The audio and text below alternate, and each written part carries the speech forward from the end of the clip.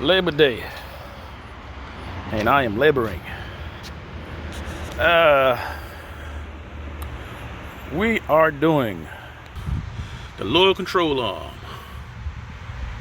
Please mind the grease, the axle has burst. But we're doing the lower control arm. It's booger. It's missing a big old chunk. I gotta pull it out. But safety first. I got our tow hook. Got the reinforce on the side of the car. And we have our tire underneath. Let's see if we can pull this thing out. Oh yeah, while we're in here, since all the stabilizer link is connected to it as well, we're knocking out the stabilizer link. First item up the bed is the brake caliper. This one and that one down there. Knock those off and you'll be able to remove the entire brake caliper housing. And there's really no place to hang this brake caliper. So go ahead and get your contraption or whatever you worked out set up before you pull the last bolt off, because it's coming down. And it's up and out of the way. I got it on my strutting here. After that, you want to knock off your rotors. I don't have any screwdrivers in mine, so you just hit yours with the, if you do have screwdrivers, hit yours with your manual impact driver. That should come right out. And you pull your roller off. First we're going at the big bubble here, the bottom one, and then there's one here as well on the other side of the head, but we're going to knock those out first. Again, if you don't have leverage, it's best to invest in a breaker bar. And these both are 17 millimeter. You can just stabilize the phalange on this side, well, this one.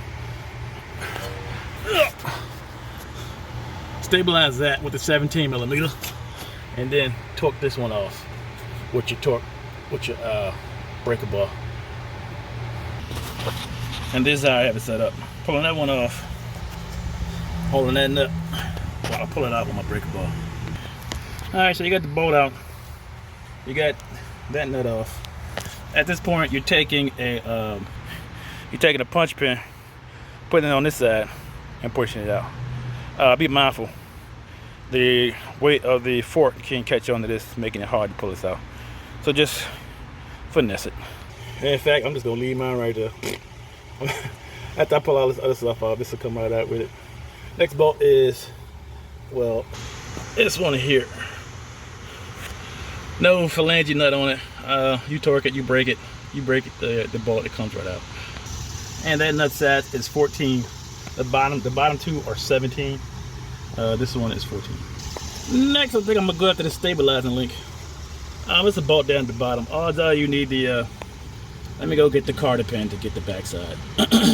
But these are way more complicated than what they should be. This is not a carter pin. Well, no, it's not. I don't know why I said that. This is a carter key, aka hex head. These are mandatory for the OEM stabilizer links.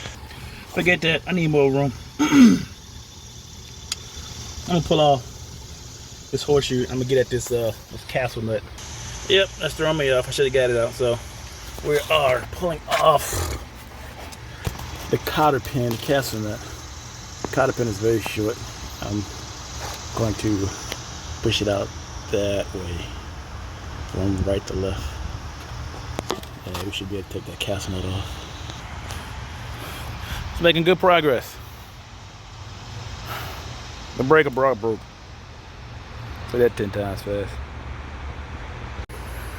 We're sending in the lefty. We're going to use the tension pulley ratchet leverage bar as a breaker bar. If I break this, I missed the calling somewhere. Work like a charm. We're back on task. And this is 11/16 on that castle nut. And in the event that you get your punch pin stuck in that hole, you can just remember you're working on suspension. So all this is, you can push it down and up and it'll come right out. And one more time to get that horseshoe off. All you gotta do is push your suspension down and it gives you enough room to pull everything out. Stabilizing link is giving me trouble.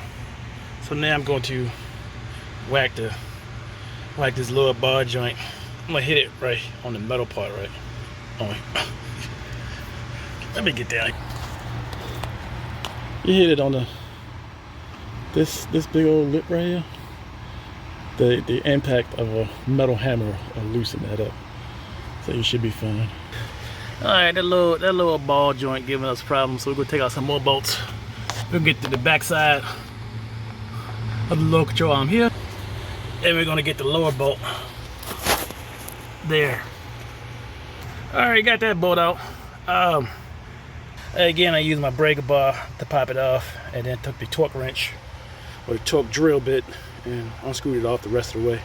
If it does get stuck in there because of the weight of this side, of the right side, just hit the bottom with a mallet and pull it out with your hand. That should provide enough impact for it to come out and jolt itself out. And the second breaker bar broke. Second breaker bar broke. This is not a breaker bar. This is bound to happen. Going to the store. All right, I did the cardinal sin of taking off the or applying torque on a torque wrench, using it as a breaker bar. It came off, but I'll never do that again. Extreme case scenario, I don't have another ride.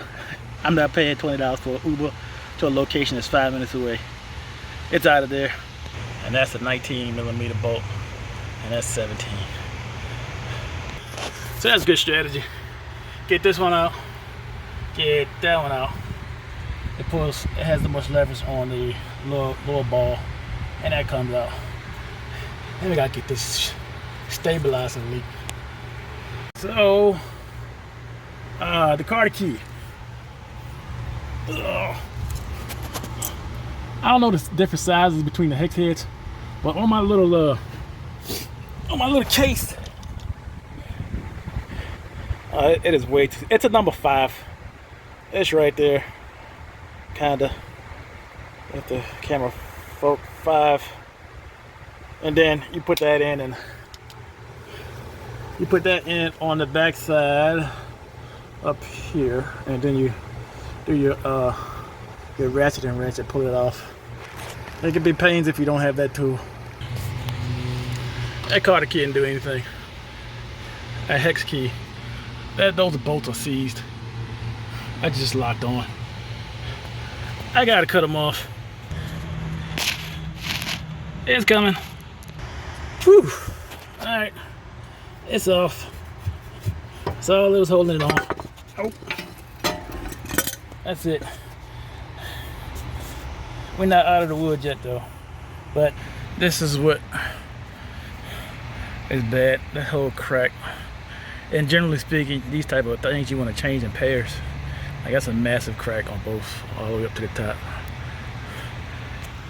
And we gotta get this get this out. So after a lot of cutting, bottom line, if this ever gets seized, just rip this boot off. Rip that boot off. Rip that off completely. Come back in here with the exposed boot with a plow or a vice grip. Grab onto this thing so tight that it doesn't spin. Get your ratchet and wrench on the back of that bolt, and it comes off. But this is it. Look, I did all that. This is unnecessary. It is these hiccups that you run into. Sweet Jesus. And we had break time. We had ground zero. Then we go and put everything back in, get the new stuff. It is nowhere near as hard putting this stuff back in as it is taking it off. I started at 10:30. Yeah. So then what we're doing is we're putting everything back in. You just plug and play this part. You get your bolts going. Once you line it, I feel like this one is the easier one because it's horizontal and you can see it on the outside versus this one. You can't really, well you can, but it's a lot easier to get it on the horizontal aspect. Once you get those two in, the bottom joint will line up as well. And now I'm into torque and specs. I'm going to put this wishbone on. I think it's this is 56 to 65. I think this is 65, and this is 40. This one is 47. All right, we got the cotter pin in. We're gonna pull one side of the cotter pin down and the other side down. Again, that's I think it's 56 to 65 foot-pounds. If you can't get the cotter pin through, continue to tighten until you can see the hole. Never loosen. And we'll tighten this big joker down. Well, before we get that, let me we're gonna put this stabilizer link in and put this wishbone back on this strut. All right. So we got that on. The fork is up. This bolt is on. And we're gonna come in and put in the stabilizer link. And this is what the aftermarket looks like. So it is nowhere anything like the original. In this case, it's a good thing. You just got bolts, you pull the bolts off, and this comes out. If you find that the stabilizer link doesn't want to go through the holes, just go ahead and jack it up on the control arm so you can get square. It will stop me for a good 20 minutes. Awesome. All right, and then we're getting this other one to 61 foot-pounds. And then the stabilizer link is, I think it's 25 foot-pounds. But the horseshoe is 47 foot-pounds. So get that one. And I forgot what that one was.